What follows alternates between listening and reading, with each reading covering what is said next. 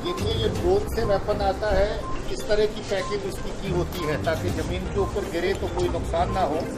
इस तरह का देखिए कैसे इसके अंदर थर्मोकोल लगाया है, फिर प्लास्टिक जो है ये इसी तरीके से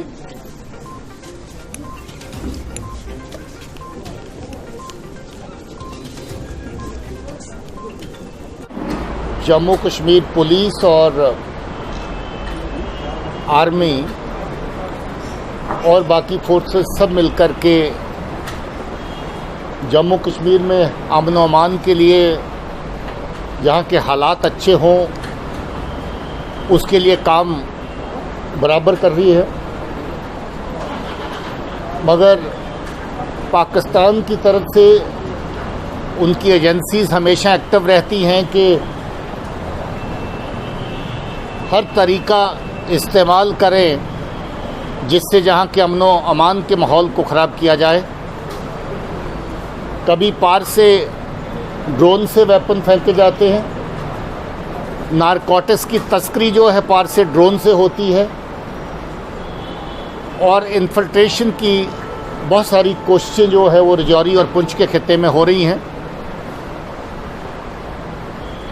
सीज़ फायर वायलेशंस की अगर बात करें तो कोई दिन खाली नहीं जाता जब राजौरी और पुंछ के अलग अलग जगहों पर सीज़ फायर वायलेशंस नहीं होती है। जम्मू कश्मीर पुलिस अपनी सतर्कता का इस्तेमाल करते हुए और बाकी फोर्सेस के साथ अपना तालमेल और जो जॉइंट मैनशिप है उसका इस्तेमाल करते हुए हमेशा एक्टिव रहती है। और इसी जॉइंट कार्रवाई में पुलिस ने 38 राष्ट्रीय राइफल्स के साथ मिलकर के बहुत अच्छा काम यहाँ पर किया है। कल इन्होंने एक ऐसा ग्रुप पकड़ा है जो कश्मीर की तरफ से यहाँ पर पहुँचा था, और वो ग्रुप यहाँ पर इस एरिया में सस्पिशियस हालत में जहाँ उसकी पुलिस को इत्तला मिली, उसके बाद पूरा एरिया जो है उसमें ऑपरेशन लॉन्च किया गया। सर्च के दौरान 3 ऐसे लोग पाए गए जो बैग लेके घूम रहे थे, और जो ही पुलिस और आर्मी की पार्टी को नोटिस किया, उन्होंने बैग की जिप खोलते ही ग्रेनेड पार्टी के ऊपर फेंका। और अच्छी बात यह है कि वो ग्रेनेड फट नहीं पाया, और इतने में पार्टी ने उन तीनों को धर दबोचा। उन तीनों के कब्जे से जो सामान पकड़ा गया उसमें 2 AK-56 राइफल्स हैं, 2 पिस्टल हैं, 4 ग्रेनेड हैं, और 1 लाख रुपया कैश जो पाकिस्तान की तरफ से इनको मिलिटेंसी को आगे बढ़ाने के लिए, चलाने के लिए भेजा गया होगा, वो भी उसमें मौजूद था। ये तीनों आतंकवादी लश्कर तौबा के साथ इनका संबंध है, और जो वेपन जहाँ पर इन्होंने रिसीव किए मिलिटेंसी में इस्तेमाल करने के लिए, वो वेपन ड्रोन से पार से लाए गए और किसी एक जगह पे फेंके गए, जिस जगह पर इन्होंने पहुंच करके उन वेपन्स को रिकवर किया। और पुलिस के कैसों के दौरान, सर्च ऑपरेशन के दौरान ये तीनों के तीनों पकड़े गए। ये तीनों कश्मीर के रहने वाले हैं। इनकी बकाया पूछताछ अभी जारी है, और पूछताछ के बाद जो फर्दर डिटेल हासिल होगी वो आप लोगों के साथ शेयर की जाएगी। इसके साथ 2 बहुत अच्छे ऑपरेशन और जम्मू कश्मीर पुलिस ने अपनी बाकी साथी फोर्सेस के साथ मिलकर किए हैं, जिनके लिए मैं चाहूँगा कि उनका ब्यौरा ऑपरेशन जहाँ का बालाकोट, हमारा बालाकोट, उसमें क्या क्या इन्होंने रिकवर किया, और बहुत बड़ी तस्करी की खेप जो पाकिस्तान से हीरोइन आई उसका जो जहाँ पर इन्होंने पकड़ा एक नेटवर्क, उसके बारे में आईजी साहब आपके साथ डिटेल शेयर करेंगे। ये जो कल का ऑपरेशन है, इसके अलावा पिछले कुछ दिनों में लगातार ऑपरेशंस किए जा रहे हैं और बॉर्डर के पार की तरफ से टेररिज्म को बढ़ावा देने के लिए हथियार की स्मगलिंग, हथियार को भेजा जा रहा है। इसी सिलसिले में 11 तारीख को एसओजी जम्मू, पुलिस पुंछ और बालाकोट की लोकल आर्मी यूनिट ने एक ऑपरेशन किया, जिसमें 2 लोगों को गिरफ्तार किया गया और उनसे भारी मात्रा में हथियार और असला बरामद हुआ, जिसमें 3 पिस्टल हैं, 11 ग्रेनेड हैं, आईडी मटेरियल है और आईडी से रिलेटेड सारे सर्किट्स वगैरह हैं।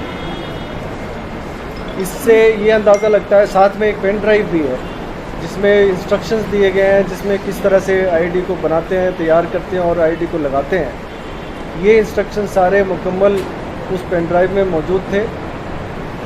ऐसा लगता है कि इनका मंसूबा टारगेट किलिंग्स या आईडी ब्लास्ट करने का था, जो कि जिसको कि इस टाइमली एक्शन से नाकाम कर दिया गया है। इसके अलावा टेररिज्म से ही लिंक्ड, जिसको नार्को टेररिज्म हम बोलते हैं, उससे लिंक्ड एक ड्रग्स की बड़ी कंसाइनमेंट 14 सितंबर को रजौरी पुलिस ने बरामद की, जिसमें 7 किलो हेरोइन था, जिसकी बाज़ार में कीमत कम से कम 7 करोड़ रुपए होगी।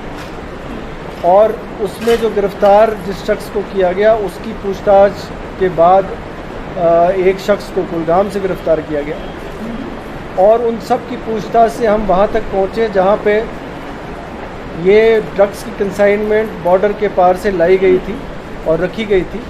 वहाँ फिर से हमें 4 किलो हेरोइन और बरामद हुआ, जिसकी और फर्दर 4 करोड़ कीमत होगी। और पुंछ के ही 3 शख्स को हमने इस सिलसिले में गिरफ़्तार किया, जिन्होंने इस ड्रग्स की कंसाइनमेंट को लाने के लिए और उनको रखने के लिए और उनको फर्दर पीछे सप्लाई करने में मदद की। और इस एक्शन से आप ये समझ लें कि तकरीबन 11-12 करोड़ की टेरर फाइनेंसिंग को रोक लिया गया है। और ये सारा पैसा मुझे जो हमारी तफ्तीश में शुरुआती तौर पे आया है कि ये सारा पैसा टेररिस्ट एक्टिविटीज़ को बढ़ावा देने के लिए इस्तेमाल होने वाला था। सर, क्या हम ये मान सकते हैं कि इन दोनों एक्टिविटीज को जोड़कर रजौरी पुंछ में मिलिटेंसी को फिर से रिवाइव करने की कोशिश की जा रही है? देखिए, अगर पाकिस्तान पर छोड़ा जाए तो वो हर तरह की कोशिश करते हैं जहां पर मिलिटेंसी को फिर से जिंदा करने की, मगर हमारे लोग रजौरी पुंछ के अमन पसंद लोग हैं। उन लोगों को छोड़ करके जो तस्करी में या हथियारों की स्मगलिंग में जो शामिल हैं, इस तरह की एक्टिविटी में जो भी सामने आएगा उसके साथ तो बड़ा सख्ती से पेश आया जाएगा। मगर ज़्यादातर लोग क्योंकि अमन पसंद हैं, मिलिटेंसी को जहाँ पर पैदा करना मुश्किल काम है उनके लिए, मगर हथियारों की तस्करी आगे लेकर के जाना, मिलिटेंट आउटफिट जो कश्मीर में काम करते हैं उनको पहुँचाना, उनकी फंडिंग करना नार्को टेररिज्म के जरिए से, उसके लिए कोशिश जरूर जारी है पाकिस्तान की तरफ। घर में थे जो किस तरह से जो 3 लोग जो से आए थे, किस तरह से वहाँ से आए, क्या रास्ते में इनको नहीं रोका गया और यहाँ पर किसी घर में थे? देखिए, बाकी की डिटेल जो है वो तफ्तीश का हिस्सा है। जैसा मैंने कहा है कि हर ऑपरेशन में लंबा काम करना पड़ता है और जो डिटेल शेयर होती हैं, बहरहाल इतनी डिटेल जो शेयर करी है काफ़ी है। इसके ऊपर काम काफ़ी दिनों से हुआ, मगर इतला को फिर डेवलप करना, फिर उनको ट्रैक करना, पीछे चलना, वो सब चीज़ें हैं। ये कश्मीर से आए थे और जहाँ पर हथियार ले करके वापस जाने को लश्कर तौबा के लिए, क्योंकि जो खुद लश्कर तौबा से वाबस्ता है वो। सर, लाइन ऑफ कंट्रोल पे ये पहला इंसिडेंट हुआ है या कि श्रीनगर वापस जाना चाहते हैं हथियार लेकर, या कि रजौरी में ही किसी आर्मी या पुलिस एस्टेब्लिशमेंट को इनका टारगेट रखा देखिए ये सवाल अभी इसका जवाब जो है अभी अवेलेबल नहीं है। सर ये लाइन ऑफ तफ्तीश का कंट्रोल पे पहला इंसिडेंट हुआ है जिसमें एरियल वेपन ड्रॉपिंग का मामला सामने आया है। बीते कल कठुआ में भी शायद कुछ इसी तरह का एक एरियल ऑब्जेक्ट देखे जाने की इत्तला मिली थी। कितना बड़ा चैलेंज सिक्योरिटी फोर्सेज इस चीज़ को मान के चल रही हैं, क्योंकि लाइन ऑफ कंट्रोल एक हिली टेरेन है, यहाँ पे एरियल सुपरविजन करना कुछ ना कुछ मुश्किल जरूर होगा। ये वाकया में एक बड़ी चैलेंज है, क्योंकि एरियल ड्रॉपिंग जो है, जो आपका ग्राउंड के ऊपर डिप्लॉयमेंट्स है उनको बाईपास करके ही आगे आते हैं और वेपन फेंकते हैं। हम लोग काफ़ी हद तक इसमें कामयाब हुए हैं। जब इस तरह के अटैम्प्ट हुए हैं, एरियल वेपन ड्रॉपिंग का भी जो अटैम्प्ट हुए हैं उनको काफ़ी हद तक हम लोग पकड़ भी चुके हैं। और बीएसएफ आप जानते हैं कि सांबा के सेक्टर में एक ड्रोन को शूट डाउन भी किया था।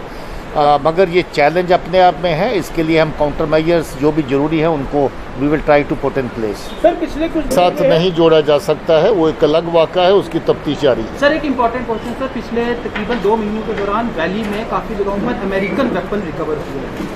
इसको कितना बड़ा चैलेंज आप एज सिक्योरिटी फोर्स हेड मान के चल रहे हैं काउंटर इंसर्जेंसी में? ये वेपन पहले भी अवेलेबल थे। MO4 अमेरिकन कार्बाइन, वो पहले भी जो जैश ए मोहम्मद के दर्ज करते हैं वो लेके आते थे, अभी भी रिकवर हुई है। अभी कोई MO16 एक और वेपन है, मगर उसमें कुछ वेपन ऐसे भी हैं जो पाकिस्तान में ही बनते हैं, डुप्लीकेट वेपन हैं, मगर वो देखने को लगते हैं अमेरिकन वेपन की कॉपी है और अमेरिकन वेपन जैसे ही लगते हैं। हम लोग बड़ी तादाद में ऐसे वेपन पकड़ चुके हैं, कोई बड़ी चिंता की बात नहीं है। मगर ये चिंता की बात ज़रूर है कि पाकिस्तान बार बार इस तरह की हरकतें कर रहा है, वेपन जहाँ पर भेज रहा है, हथियार जहाँ पर भेज रहा है, टेररिज्म को बढ़ावा देने के लिए। सर जो बालाकोट में रिकवरी हुई थी, क्या वो भी एरियल ड्रॉपिंग के थ्रू थी या फिर वो सरफेस स्मगलिंग मानी जा सकती है? नहीं, वो एरियल ड्रॉपिंग नहीं।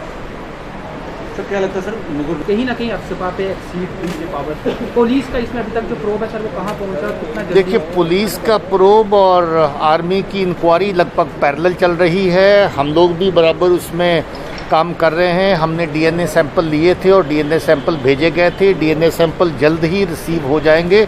उनकी बुनियाद पर जो आगे की कार्रवाई होगी वो करी जाएगी।